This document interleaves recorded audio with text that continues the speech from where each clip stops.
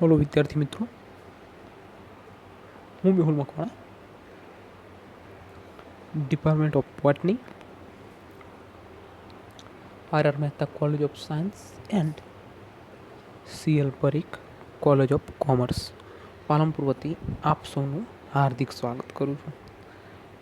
હવે વિદ્યાર્થી મિત્રો, તમે બધા FY BSc સેમ 1 ની અંદર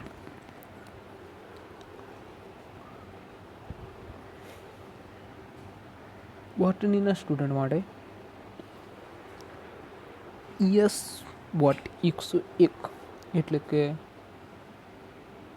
ઇલેક્ટિવ સબ્જેક્ટ તરીકે આપણે સબ્જેક્ટ ભણવાનું આવે છે. તો એ સબ્જેક્ટનું નામ છે આપણું હોર્ટિકલ્ચર એટલે કે બાગાયત વિદ્યા અથવા તો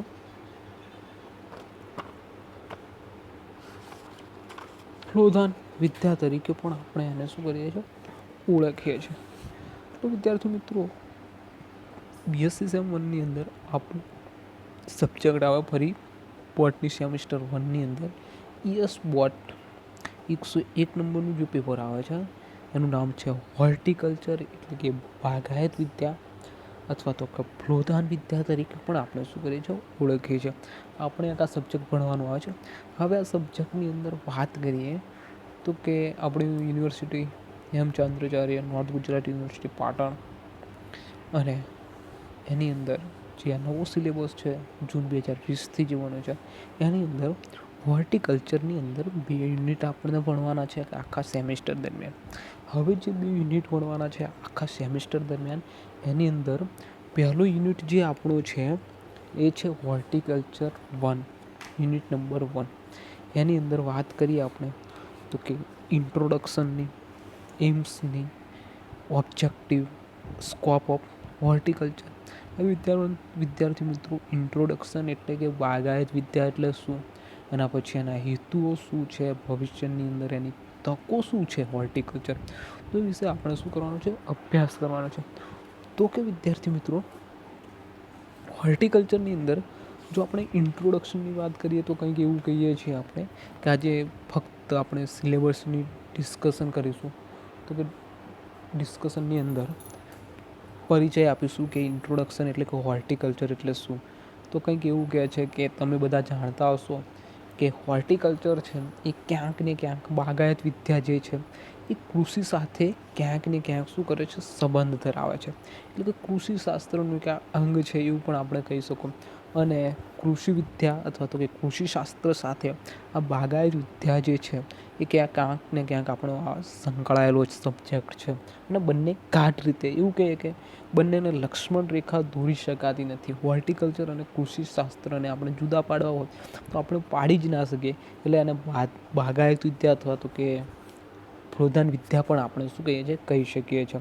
હવે એની અંદર વાત કરીએ તો ઇન્ટ્રોડક્શનની અંદર એમ્સ શું છે એના, તો કે ફળો છે, ફળોના લક્ષણો છે, ફળો પાકવા, તેની માવજત કરવી, ફળો ઉતારવા, ફળોનું વર્ગીકરણ કરવું, બગીચાઓ તૈયાર કરતા. અત્યારે તમે જોયા હશે કે ગાર્ડન તૈયાર કરતા હોય છે. ઘર હોય તો ઘરની ટેરેસ આપણે શણગારીએ છીએ, લીલીછમ હરિયાળી બનાવીએ છીએ.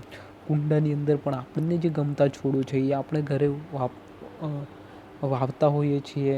ઘરને સુશોભિત કરતા હોઈએ, શુદ્ધ હવા મળી રહે. પછી શીતગૃહો બનાવવા જોઈએ. તો ક્યાંક ને ક્યાંક આ હોર્ટિકલ્ચરની આપણે વ્યાખ્યા આપવી હોય તો એવું કહી શકીએ કે હોર્ટિકલ્ચર છે તો કે જે કૃષિ વિદ્યા સાથે સંકળાયેલો વિષય છે. એની અંદર ફળોનું પાકવું છે, પછી કે ઉછેરવા છે, એની માવજત કરવી છે, કેવી રીતના ઉતારવા ફળો, વર્ગીકરણ કરવું, બગીચા કેવી રીતના તૈયાર કરવા, પછી કે આપણે હરિયાળી લાવવા, ઘરે કુંડાની અંદર કેવા છોડ ઉછેરી શકીએ, શીતગૃહો બનાવવા. તમે અત્યારે બજારની અંદર જતા હશો તો બજારની અંદર પણ કે હોર્ટિકલ્ચરનું ઉદાહરણ જોવું હોય તો કે એપલ બોર છે. તમે વર્ષો પહેલાં એપલ બોર નહીં જોયા હોય, અત્યારે એપલ બોર સાઇઝની અંદર મોટા છે અને સ્વાદ પણ જુદો છે. બીજી બાજુ આપણે વાત કરીએ તો પેલા જામફળ, તો કે હળવદના કંઈક જામફળ છે, તો એ જામફળ પણ લગભગ 1 કિલો કે 2 કિલોના મોટા જોવા મળે. કેરીઓની અંદર પણ બહુ બધી વેરાયટીઓ જો. તો છેલ્લે ક્યાંક ને ક્યાંક આ કૃષિશાસ્ત્ર અને શું કરે છે, હોર્ટિકલ્ચરના કારણે જ શું કરે છે, આ બધું વિકસિત થયું છે. એટલે છેલ્લે આ બધા જે કૃષિ સાથે સંકળાયેલા છે એના શું છે તો સ્કોપ છે. તો કે વાત કરીએ તો કે શું છે તો કે એની અંદર આ ફળો છે એનું ઉછેર કરવો, ગાર્ડન તૈયાર કરવા.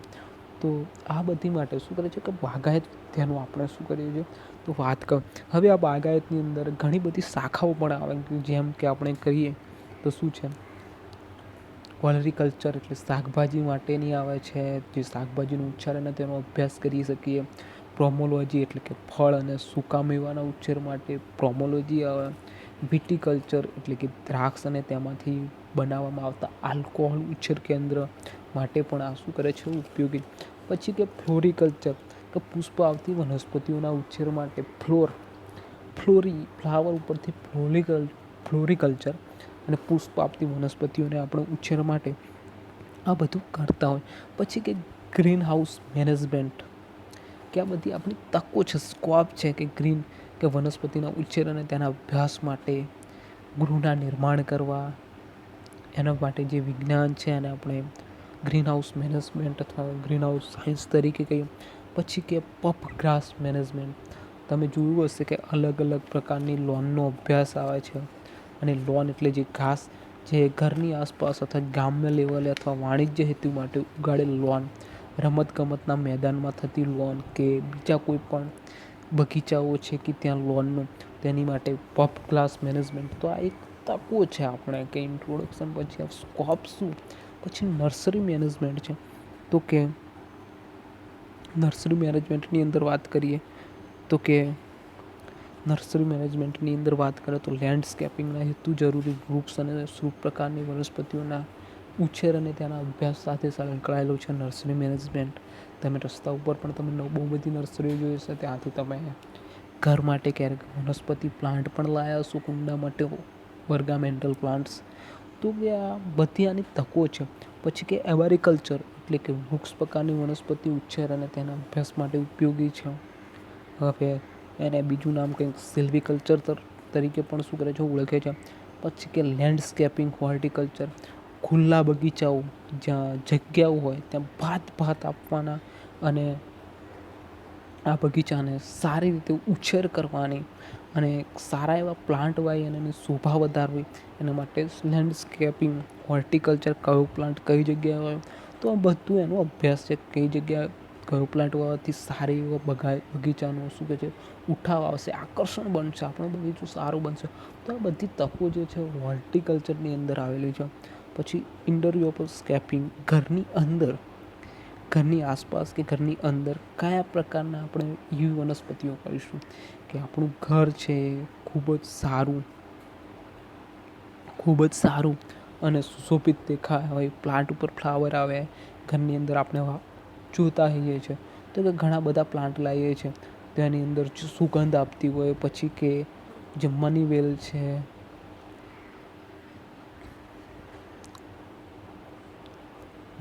છે, અપરાજિતા છે, પછી કે યુફોર્બિયાની છે, પછી લીલી છે, પછી કેક્ટસની જે જાતિઓ છે, જે અમુક ક્લાઇમ્બર છે તો કે ઘરના જે પહેલું શું કહેવાય કે દ્વાર છે, દરવાજો છે, તો એના ઉપર આપણે શું કરીએ સુશોભિત ક્લાઇમ્બરથી આપણે સુશોભિત કરીએ છીએ. તો હોર્ટિકલ્ચરની જે આ શું છે આપણે એક દેણ છે. તો હોર્ટિકલ્ચરના કારણે આપણે આ બધાને શું કરીએ આપણું ઘર. હવે એના પછી બોન્સાઈ છે, તો બોન્સાઈ પણ આપણે ઘરમાં લાવતા કે જે નાના નાના પ્લાન્ટ છે, જે વડ છે, તો એને બોન્સાઈ કરી અને ઘરને સુશોભિત કરવા માટે આપણે યુઝ કરીએ છીએ. તો એવી રીતના હોર્ટિકલ્ચર થેરાપી એટલે બાગાયત નિદાન. હવે આ વનસ્પતિ જે માણસોને રોગ થાય છે, જેમ આ હોર્ટિકલ્ચર થેરાપી એટલે બાગાયત નિદાન પણ શું કરે છે કે વનસ્પતિની અંદર કોઈ પ્રોબ્લેમ સર્જાય અથવા તો કોઈ રોગ થાય તો એનું નિદાન પણ થાય છે. તો આ બધી હતી એ શું હતી આપણી સ્કોપ હતા કે હોર્ટિકલ્ચરના સ્કોપ શું. એના પછી આપણે હિસ્ટ્રી ભણીશું કે હોર્ટિકલ્ચરમાં શું હતું. જૂના જમાનાની અંદર ફક્ત જે આદિમાનવો હતા એ કયા પ્રકારના વનસ્પતિ ઉપર જીવતા હતા, એ કેવું ખોરાક લેતા હતા, એના પછી કેવા ખોરાક તરફ વળ્યા, એના પછી શું શું કર્યું આપણે. તો કે એમના સ્વાદ કેવા હશે. પહેલાં એવું કહે કે માણસો જે આદિમાનવો હતા એ શું કરતા હતા તો કે કાચું માંસ અથવા તો કે પછી શેકીને માંસ ખાયા અથવા તો જંગલની પેદાશો બાજુ, પછી આને એકમાંથી બીજાની અંદર સ્વાદની અંદર કંઈક ચેન્જિંગ લાગ્યું, પછી એ કંઈક આટલું આ વનસ્પતિ છે તો આટલું ઉત્પાદન થાય, તો આ જ વનસ્પતિ આટલા જ સમયમાં વધુ ઉત્પાદન કેવી રીતના આપી શકે, તેના માટે પણ આપણે શું કર્યું, જુદા જુદા પ્રયત્ન કર્યા, એટલે આના શું કર્યું, સંકરણ કર્યું. પછી કે આ વનસ્પતિ આપણને શું ફાયદો આપશે, બળતણ આપશે કે પછી કપડાં આપશે કે ગરમી આપશે કે ખોરાકની અંદર કઈ રીતે પ્રકારનું પ્રોટીન આપશે. પછી તો એની અંદર પણ એવું કહે છે કે ઇતિહાસની અંદર કે આ વનસ્પતિઓ જે છે એ ક્યાંક ને ક્યાંક આપણને કીધા, જેમ કે મેડિસિનલ પ્લાન્ટ તરીકે આ વનસ્પતિ આપણને દુખાવો મટાડશે, આ વનસ્પતિ કરવાથી આપણને આ રોગ મટી જશે. તો આ બધા જે પોતાનો ઇતિહાસ છે હોર્ટિકલ્ચર, કે કેવી રીતના આવ્યું કે આ બધું કે કેવી રીતના આપણને ઉપયોગી થાય. અને એવું કહે છે કે સૌ પ્રથમ કંઈક આજથી 7,000 થી 10,000 વર્ષ પહેલાં શું કર્યું, તો કે સૌ પ્રથમ વનસ્પતિનો જે ઉછેર કર્યો એ એક સ્ત્રી હતા, કોઈ સ્ત્રી હતા. તો આ સ્ત્રીએ શું કર્યું, સૌ પ્રથમ કોઈ વનસ્પતિનો એણે શું કર્યું, ઉછેર કર્યો. પછી કંઈક માણસોના પણ મનમાં કંઈક પ્રશ્નો ઉદ્ભવતા હતા કે એ કેવી રીતે આવી હશે, વનસ્પતિમાં કઈ રીતે પ્રજનન થતું હશે, એનું બાંધકામમાં કેવી રીતના કર્યું હશે, માળખીએ એકબીજા સાથે કેવી રીતના સંકળાયેલા હશે માણસો, એક પેટીમાંથી બીજી પેટીમાં કઈ રીતે જતા હશે, પછી કંઈ કલ્ટિવેટેડ કેવી રીતના થતા હશે એનું. સૌ પ્રથમ આપણે જીઆમેઝ મકાઈ વિશે તમે બધા જાણતા જ હશો કે એનું સૌ પ્રથમ કલ્ટિવેટેડ કરવામાં આવ્યું. તો ભારતમાં થતી વનસ્પતિઓ, તો ભારતમાં શું થાય છે, તો કે બટાકાની વાત કરીએ, કાં તો પછી શક્કરિયા છે, ટામેટાં છે, મરી છે, તો કે આ બધી વનસ્પતિઓ જે છે એ ભારતમાં મળી આવતી હતી. હવે એના પછી એવું કહે છે કે જૂના જમાનાની અંદર રોગોની સારવાર માટે પણ કરવામાં આવતું હતું બાગાયત વિદ્યાનું. તો કે તમને બીજી વાત કરીએ કે થિયોફિસ્ટ, જે ફાધર ઓફ બોટની અને એરિસ્ટોટલ, થિયોફિસ્ટ જે પ્લેટો અને એરિસ્ટોટલનો શું હતો, વિદ્યાર્થી હતો. તો સૌ પ્રથમ એવું કહે કે બાગાયત વિદ્યાશાસ્ત્રી તરીકે પણ થિયોફિસ્ટને શું કરતા આપણે ઓળખીએ કે ફાધર ઓફ બોટની. તો કે આ બધું છે. તો કે સૌ પ્રથમ હિસ્ટ્રી શું પ્લાન્ટની, તો પ્લાન્ટ આપણે જોઈએ તો પ્લાન્ટની અંદર શું જોઈએ કે બાહ્યાકાર વિદ્યા અને પર્ણ જોઈએ, પુષ્પ જોઈએ, પુષ્પની અંદર પુંકેસર, સ્ત્રીકેસર, દલપત્ર, વજ્રપત્ર, દલપત્ર, પછી નિપત્રો, દલપત્ર, વજ્રપત્ર ના હોય તો એ જગ્યાએ પરિપુષ્પ પણ આપણને જોવા મળે. પછી વનસ્પતિ ઉપર રોમ જોવા મળે. તો કે ઘણું બધું. હવે એના પછી અંતસ્ત્ર એનાટોમી, એટલે એની અંતસ્ત્ર રચના વિશે પણ આપણે અભ્યાસ કર્યો કે કઈ પેશીઓ છે, શેના વિશે વર્ણન છે એમાં, એ બધું શું કરે છે, તો કે આ બધું શું છે કે હોર્ટિકલ્ચરની આ બધી ક્વેશ્ચનો આપણને. પછી કે સૌપ્રથમ જે વનસ્પતિ શાસ્ત્ર હતો એને દ્વિનામી નામકરણ કર્યું. જેમાં દ્વિનામી નામકરણ કર્યું તો એની અંદર શું છે, સ્વીડિશ નામનો વનસ્પતિ હતો. તો કે એને જે દ્વિનામકરણ કર્યું તો કે જીયા છે, જીનસ છે અને મેજ છે, સ્પીસીસ છે. તો એને આપણે શું કહીએ, ઝિયા અને જીનસ અને સ્પીસીસ, એને દ્વિનામી નામકરણ પદ્ધતિ આપી. એના પછી આપણે આગળ જોવાનું છે તો કે પ્લાન્ટ પ્રોપેગેશન, વેજીટેટિવ, અસેક્સ્યુઅલ, સેક્સ્યુઅલ, એટલે કે વનસ્પતિમાં પ્રસર્જન, નવો છોડ માટે શું કરશું, તો કે વાનસ્પતિક પ્રજનન, પછી કે અસેક્સ્યુઅલ, અલિંગી, લિંગી પ્રજનન થાય છે. પછી શું કરે છે, તમે ઘણી બધી વનસ્પતિ જોઈ હશે, દાખલા તરીકે આપણે આપી ઉદાહરણ વાનસ્પતિક પ્રજનનની અંદર પાનફૂટી નામની વનસ્પતિ છે. તો પાનફૂટી વનસ્પતિ છે તો એનું પર્ણ જ્યારે જમીન ઉપર પડે છે, અથવા તો જ્યારે પર્ણને વાવો છો ત્યારે એની પર્ણ ઉપર જે ખાંચો છે એ ખાંચો ઉપરથી શું કરે છે કે નવા તરુણ છોડ ઉત્પન્ન થાય છે, અને તરુણ છોડને એક જગ્યાએથી બીજી જગ્યાએ લઈ જઈ એને વાવવામાં આવે છે. તો આને શું કહે છે કે આપણે વાનસ્પતિક પ્રજનન. પછી કે બિગ્નોનિયા છે તો એની અંદર પણ પર્ણ દ્વારા શું થાય છે, પ્રજનન થાય છે. તો કે અમુક વનસ્પતિ છે તો એની કટકા કલમ છે, પછી સાદી કલમ છે, પ્રકાંડ કલમ છે, ભીટ કલમ છે, ફાચર કલમ છે, જીવા કલમ છે, મુકુટ કલમ છે, દાબ કલમ છે, હવાઈ કલમ છે, કે તો ગુટી કલમ છે. આ દરમિયાન આપણે શું કરતું હોય તો કે એનું પ્રજનન કરતા. હવે એની અંદર અલિંગી પ્રજનન, તો કે બીજાણુનો નિર્માણથી નવી વનસ્પતિનું સર્જન થાય, તો એને આપણે શું કહીએ કે અલિંગી પ્રજનન તરીકે આપણે ઓળખીએ છીએ. જ્યારે લિંગી પ્રજનનમાં એવું કહીએ કે સપુષ્પી વનસ્પતિઓમાં પુખ્તાવસ્થાએ પ્રજનનના હેતુ માટે રૂપાંતરિત પરો તરીકે પુષ્પનું સર્જન થાય. પુષ્પની અંદર 2 ચક્રો આવેલા છે, એક સહાયક ચક્ર અને એક આવશ્યક ચક્ર. જે પૈકી ચક્રમાં પુંકેસર ચક્ર, સ્ત્રીકેસર ચક્ર દ્વારા લિંગી પ્રજનન અને ફલન ક્રિયાને અંતે ફળ અને છેલ્લે ફળનું નિર્માણ થાય છે અને ફળમાંથી બીજનું નિર્માણ થાય છે. તેને આપણે લિંગી પ્રજનન કહેતા હતા. પછી કે વાનસ્પતિક પ્રજનનની વાત કરીએ તો કે જે પ્રકારના પ્રજનનમાં એક જ સજીવના શરીરમાં કોઈ દૈવિક ભાગ જેવા કે કેવા ભાગ તો મૂળ, પ્રકાંડ, પર્ણ કે પુષ્પ દ્વારા નવા સજીવનું સર્જન થાય, તો તેવા પ્રકારના પ્રજનનને વાનસ્પતિક પ્રજનન તરીકે આપણે શું કરતા હતા, ઓળખતા હતા. જેના કંઈક 2 પ્રકાર પાડ્યા છે, કુદરતી વાનસ્પતિક પ્રસાર અને કૃત્રિમ વાનસ્પતિક પ્રસાર, જે આપણે આગળના લેક્ચરમાં આપણે સવિસ્તાર આપણે સમજીશું. હવે આના પછી છે કે નર્સરી મેનેજમેન્ટ. તો કે એની અંદર શું કરવાનું, તો કે નર્સરી એટલે એવું કંઈક કહે છે કે વનસ્પતિના યોગ્ય ઉછેર અને ઇચ્છિત વિકાસ દ્વારા જ્યાં સુધી તેનું સ્થળાંતર ન કરી શકાય અથવા તો પરિપક્વ ન બને ત્યાં સુધીનો વિકાસ કે ઉછેર કરવાની જગ્યા અથવા તો કે વિસ્તાર, તેને આપણે શું કહીએ છીએ કે નર્સરી મેનેજમેન્ટ. તો નર્સરી મેનેજમેન્ટની અંદર એવું કહે છે કે એના પણ કંઈક મુદ્દાઓ છે. તો કે શું કહે છે, તો એક તો હંગામી છે, પછી કાયમી છે કે જ્યાં વરસાદ સારો ઓછો થતો હોય અથવા તો તેવી જગ્યાએ કે સિંચાઈ દ્વારા આ જગ્યાએ વનસ્પતિનો ઉછેર કરી શકીએ, કાં તો ખુલ્લી જગ્યાની અંદર નર્સરી બનાવી શકીએ. એના ફાયદા એવું છે કે ઓછા વિસ્તારમાં વધુ રોપાઓ આપણે વનસ્પતિ ઉછેર કરી શકીએ છીએ અને અનુકૂળતા પ્રમાણે વનસ્પતિનો ઉછેર પણ કરીએ છીએ. રોગો કે અન્ય આફતોથી રક્ષણ પણ આપી શકીએ છીએ.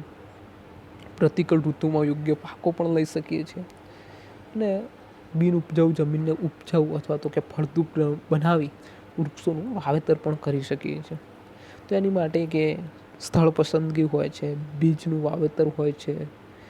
તો આ બધા શું કરે છે, તો કે નર્સરી મેનેજમેન્ટની અંદર આવે છે.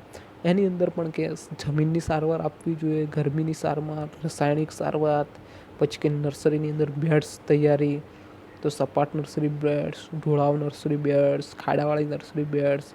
તો કે સપાટ નર્સરી હોય તો કે ઉનાળામાં જ્યારે વરસાદનો ભય ન હોય ત્યારે આ પ્રકારનું બેડ્સ તૈયાર કરવામાં આવે છે. ઢોળાવ હોય તો ચોમાસાની ઋતુની અંદર પાણી ના ભરાઈ શકે એ માટે આ બેડ્સ તૈયાર કરવામાં આવે. શિયાળામાં હૂંફાળું વાતાવરણ આપવા માટે આ પ્રકારનું બેડ્સ, ખાડાવાળી નર્સરીનું બેડ્સ તૈયાર કરવામાં આવે છે. એનાથી શું કહે છે કે બીજની વાવણી, પછી કે ઉછેર, પ્રસર્જન, બીજની જરૂરિયાત, આ બધું આપણે શું છે તો કે નર્સરી મેનેજમેન્ટ. હવે છે આપણો ચોથો પોઈન્ટ છે હોર્ટિકલ્ચર 1 યુનિટની અંદર. તો કે ચોથા પોઈન્ટની અંદર શું છે, તો કે ઓર્નામેન્ટલ પ્લાન્ટ્સ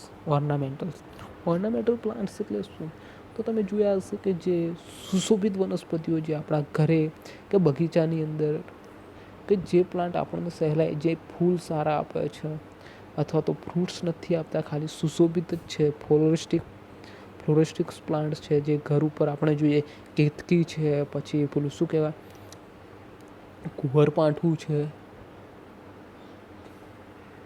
પછી ક્રોટનની જાતિ છે, પછી થૂજા છે. તો આ બધા પ્લાન્ટ છે એને આપણે ઓર્નામેન્ટલ્સ પ્લાન્ટ તરીકે, જે આપણે ઘરે વાવી શકીએ એવા પ્લાન્ટને આપણે શું કહીએ છીએ કે ઓર્નામેન્ટલ્સ પ્લાન્ટ તરીકે આપણે શું કરીએ ઓળખીએ છીએ. જે ઓર્નામેન્ટલ પ્લાન્ટ્સ છે તો એના ઉપર મોટાભાગની મધમાખીઓ પણ આવતી હોય છે. પછી ચંપો છે, પછી ખડચંપો છે. તો આ બધી જાતિઓ છે અને આપણે જે સુશોભિત માટેની જે વનસ્પતિઓ છે એને આપણે શું કહીએ છીએ ઓર્નામેન્ટલ પ્લાન્ટ તરીકે આપણે શું કરીએ છીએ ઓળખીએ. તમે ઘરની અંદર પણ શું કરો, ઘણા બધા પ્લાન્ટને રાખતા હશો, જે બોન્સાઈ પ્લાન્ટ છે, કાં તો કેક્ટસની ઘણી બધી જાતિઓ છે, પારિજાતક છે. તો આ બધા પ્લાન્ટ છે, બોન્સાઈ છે. તો બોન્સાઈને આપણે ઘરની અંદર ગાર્ડન, એક નાનો ઘરને સુશોભિત કરવા અને નાનો ગાર્ડન બનાવવા માટે આપણે શું કરીએ તો કે ઓર્નામેન્ટલ પ્લાન્ટ વાવતા હોઈએ છીએ. આ પ્લાન્ટથી આપણે ઘર સુશોભિત બને. એટલે આવા બધા પ્લાન્ટ જે છે એને આપણે શું કહીએ છીએ ઓર્નામેન્ટલ પ્લાન્ટ તરીકે. એનો પણ આપણે સવિસ્તાર અભ્યાસ આગળ કરીશું. હવે વિદ્યાર્થી મિત્રો, હોર્ટિકલ્ચર યુનિટ નંબર 2. તો કે હોર્ટિકલ્ચર યુનિટ નંબર 2, તો એની અંદર પણ શું કહે છે તો કે landscape, principal types of planning, પછી કે બીજું છે ફોરેસ્ટ કલ્ચર એન્ડ ઇમ્પ્લિમેન્ટ્સ, ત્રીજું છે બોન્સાઈ, ચોથું છે important of horticulture crop of Gujarat. તો કે જે લેન્ડસ્કેપ છે તો કે ભૂમિ પર પ્રાકૃતિક દ્રશ્યની રચના. ભૂમિ છે, જમીન છે, એના ઉપર પ્રાકૃતિક દ્રશ્યની રચના કરવાની. તો આપણે શું કહીએ છીએ કે મોટા ભાગે પુષ્પ ધારણ કરતા છોડ છે, કાં તો સૃપ છે, જેવી વનસ્પતિઓ છે, વાંસ જોયા હશે, ઝાડી, પછી કે કેક્ટસ એટલે કે થુવેરની જાતિઓ જોઈ હશે. તો શુષ્કોદ્ભિદ પ્રકારના છોડનું વાવેતર કરી જે તે વિસ્તારમાં તૈયાર કરવામાં આવે છે. અને જમીન અને ઢોળાવને અનુલક્ષીને વધુમાં વધુ આકર્ષક દેખાવ તૈયાર કરવાની પદ્ધતિને આપણે શું કહીએ છીએ? લેન્ડસ્કેપ કહીએ. હવે વિદ્યાર્થી મિત્રો, જ્યારે ગાર્ડન અથવા તો કે સ્થળ ઉપર પ્રાકૃતિક દ્રશ્યની આપણે રચના કરીએ તો બગીચાની અંદર ઢોળાવ હોય તો ઢોળાવ ઉપર ઘાસ પાથરેલું હોય, સામેની બાજુ શું કરે છે? વાંસ છે અથવા તો એવી વનસ્પતિ ત્યાં વધુ પસંદ કરે છે કે આપણું જે લેન્ડસ્કેપ છે વધુમાં વધુ આકર્ષિત. જ્યારે પણ આપણે કોઈપણ ગાર્ડનની અંદર દાખલ થઈ તો એ વખતે પામના બે વૃક્ષો આવેલા હોય અથવા તો પામની લાઈન હોય, ખજૂરી હોય, તો એને આપણું જે ગાર્ડન છે વધારે સારું બને. તો કેવી રીતના વધુ સારું બને એના માટે શું કરે છે તો કે લેન્ડસ્કેપનો શું કરે છે? ઉપયોગ કરે છે. આ બધે બગીચોથી તૈયાર કરે છે. એમની અંદર ઘણી બધી ડિઝાઇન છે કે તમે મન ફાવે રીતના બગીચો તૈયાર ના કરી શકતા. એના પાછળ પણ કંઈ ઘણા રીઝન. વચ્ચે શું કરે છે તો કે બોટનિકલ ગાર્ડન હોય તો વચ્ચે એની અંદર શું કરે છે? કોઈ તળાવ જેવું પોન્ડ્સ બનાવે છે. એની અંદર આલ્ગી છે, પછી જે એક્વોટિક પ્લાન્ટ છે એનું પણ ત્યાં શું કરે છે? ઉછેર કરે છે. અને આપણે સારું એવું દેખાય છે બગીચો. તો કે બગીચો તૈયાર કરો તો એની અંદર પણ કે સામાન્ય ડિઝાઇન હોય, પછી કે કુદરતી ડિઝાઇન હોય, ચિત્ર કૌશલ્ય હોય, ક્યાંક ચિત્ર, પછી કે પર્શિયન ગાર્ડન, પછી કે ફ્રેન્ચ ગાર્ડન, પછી કે ઇટાલિયન ગાર્ડન. તો આ બધા ગાર્ડનો છે એ રીતના આપણે શું કરીએ છીએ? તૈયાર કરો. તેની ડિઝાઇન નક્કી કરીએ કયા વિસ્તારમાં છે, ઢોળાવવાળા વિસ્તારે ક્યાં શું, કયા વિસ્તારે કયું મૂકશું, ચિત્ર કઈ જગ્યાએ મૂકશું. તો આ બધું શું છે તો પછી એના પછી એની અંદર ઘણી બધી વસ્તુઓ પણ ધ્યાનમાં રાખવાની આવે કે લોન છે, ધરો છે કે જે ભૂસ્તરિકા એક જગ્યાએથી બીજી જગ્યાએ પથરાઈ જાય છે. તેની અંદર ખૂણાઓ છે એ પણ કયા ખૂણાની અંદર શું આવવું જોઈએ. પછી કે એના પછી જે છે આપણે બોન્સાઈ. તો કે વિદ્યાર્થી મિત્રો, બોન્સાઈની અંદર શું છે તો કે બોન્સાઈ એવું કહે છે કે વામન સ્વરૂપના વૃક્ષ, એને આપણે શું કહીએ છીએ? બોન્સાઈ. બોન્સાઈ મોટા કદના કાષ્ઠીય સૃપ કે વૃક્ષ સ્વરૂપની વનસ્પતિઓને નાના કુંડામાં કે પાત્રમાં ખૂબ જ નાની આવૃત્તિ સ્વરૂપે ઉગાડવાની કળા છે. એને આપણે શું કહીએ છીએ? બોન્સાઈ. તમે બધા જોયું હશે કે વડ છે તો બહુ મોટો છે, પણ જ્યારે ઘરે લાવીએ છીએ તો કુંડાની અંદર એક નાના છોડ જેવો વડ તૈયાર થાય. સમય આવે છે એટલે વડ ઉપર નાના નાના ટેટા પણ આવે છે. તો એને બોન્સાઈ બનાવવામાં આવે છે. તો કે બોન્સાઈમાંથી શું કહે? વૃક્ષ અથવા સૃપ સ્વરૂપનું જે વનસ્પતિ હોય છે એને શું કરે છે? વામન કદની અંદર શું કરે છે? ઘટાડી દે છે એની આવૃત્તિ. એના પાછળનું જે વિજ્ઞાન છે એને બોન્સાઈ કહે છે. તો આ બોન્સાઈમાં પણ શું કરે છે? જેમ જેમ નાની નાની કૂંપળીઓ ફૂટે છે એને કાપવામાં આવે છે, યોગ્ય જગ્યાએ ટ્રાન્સફર કરવામાં. એના પછી અમુક વર્ષો પછી આ બોન્સાઈ આપણને શું કરે છે? તૈયાર થાય છે. હવે એના પછી છે ગુજરાતની અંદર જે બોન્સાઈ બનાવો તો એની અંદર પણ ખૂબ જ બધી કાળજી રાખવી જોઈએ બધી દ્રષ્ટિએ. અને છેલ્લો મુદ્દો છે આપણો important horticulture crops on Gujarat. તો ગુજરાતની અંદર તો તમે જાણતા જ હશો કે એકાંગી છે, દ્વિઅંગી છે, ત્રિઅંગી છે, અનાવૃત છે, આવૃત વિસ્તારી વનસ્પતિ અને ફળાદિ બધું ઘણું બધું જોવા મળે છે. એની અંદર જો ઉપર છેલ્લી વાત કરી લઈએ આપણે તો કેળા છે, અનાનસ છે, બોરડી છે, કેરી છે, બોર છે, જાંબુ છે, કાજુ છે. ચોમાસાની અંદર કરમદી છે, આંબલી છે, મસાલાની અંદર આદુ, હળદર, અજમો, સરસવ છે. સુગંધની અંદર વાત કરીએ તો રાતરાણી છે, દિનકા રાજા છે, જખમી છે, પીળીકરણ છે, વસંત છે, દમયંતી છે, પછી કે જાસૂદ છે. અને બીજી બાજુ વાત કરીએ પાનની અંદર, જો શાકભાજીની અંદર તો કોબીજ છે, ફુલાવર છે. ભૂમિગતની વાત કરીએ તો મૂળો છે, ગાજર છે જે જમીનની અંદર જોવા મળે છે. પછી કે મરચાં છે, રીંગણ છે. અને પુષ્પની અંદર જોઈએ તો કીસુડો છે, બુઢિયા માણસ પણ શું કહે છે ને, fire of flame, candle of forest, fire of forest, કે જંગલની જ્યોત તરીકે આપણે એને ઓળખીએ છીએ. તો આ બધું શું છે, તો આપણે કે બીજા યુનિટની અંદર આપણે શું કરે ભણવાનું છે. હવે વિદ્યાર્થી મિત્રો એક પરિચય આપી દઉં કે બાગાયત વિદ્યા એટલે શું. તો આપણે આગળ પણ વાત કરી કે કૃષિશાસ્ત્રનું એક આ અંગ છે. આ શાસ્ત્ર કૃષિશાસ્ત્ર સાથે ખૂબ જ ગાઢ સંબંધ અને સંકળાયેલું છે. બંને સિદ્ધાંતો એક જ સરખા છે. જેથી બાગાયત વિદ્યા કે ફોલન વિદ્યાને કૃષિશાસ્ત્રથી જુદા પાડવા માટે કોઈ લક્ષ્મણ રેખા દોરી શકાતા નથી. એટલે ફ્લોધાન વિદ્યા અથવા તો કે કૃષિશાસ્ત્રી અથવા કૃષિ વિદ્યા આ બંનેને આપણે જુદા પાડી ના શકીએ. અને ફ્લોધાન વિદ્યાના લક્ષણોમાં ફળ પાકો ઉછેરવા, માવજત કરવી, ફળ ઉતારવા, ફૂલોનું વર્ગીકરણ, બગીચાઓ તૈયાર કરવા, લીલીછમ હરિયાળી બનાવી, કુંડાની અંદર મનમોહક છોડ ઉછેરવા, શીતગૃહો બનાવવા, વ્યાપારી ધોરણોએ ફૂલોની ખેતી કરવી, ફળ અને શાકભાજીનો સંગ્રહ કરવો વગેરેનો સમાવેશ આપણે ફ્લોધાન વિદ્યા કે બાગાયત વિદ્યાની અંદર કરીએ છીએ. એટલે કે શું, ફ્લોધાન વિદ્યાનું અંગ્રેજ પર્યાય હોર્ટિકલ્ચર. હોર્ટિકલ્ચર એ મૂળ લેટિન ભાષાનો હોર્ટસ શબ્દ ઉપરથી ઉતરી આવ્યો, એટલે કે ઉદ્યાન અથવા તો કે, અને કલ્ટ્રા એટલે કલ્ચર, એટલે કે ઉદ્યાનની અંદર કલ્ચર એટલે કે હોર્ટિકલ્ચર એટલે કે ખેતી અથવા તો ઉછેર પરથી આવ્યો છે. આમ બગીચા ઉછેરમાં એટલે કે હોર્ટિકલ્ચર અથવા તો બાગાયત વિદ્યા અથવા તો કે ફ્લોધાન વિદ્યા એવો આપણો શું છે તો મતલબ થાય છે. તો કે વિદ્યાર્થી મિત્રો આપણે હોર્ટિકલ્ચરની વાત કરીએ તો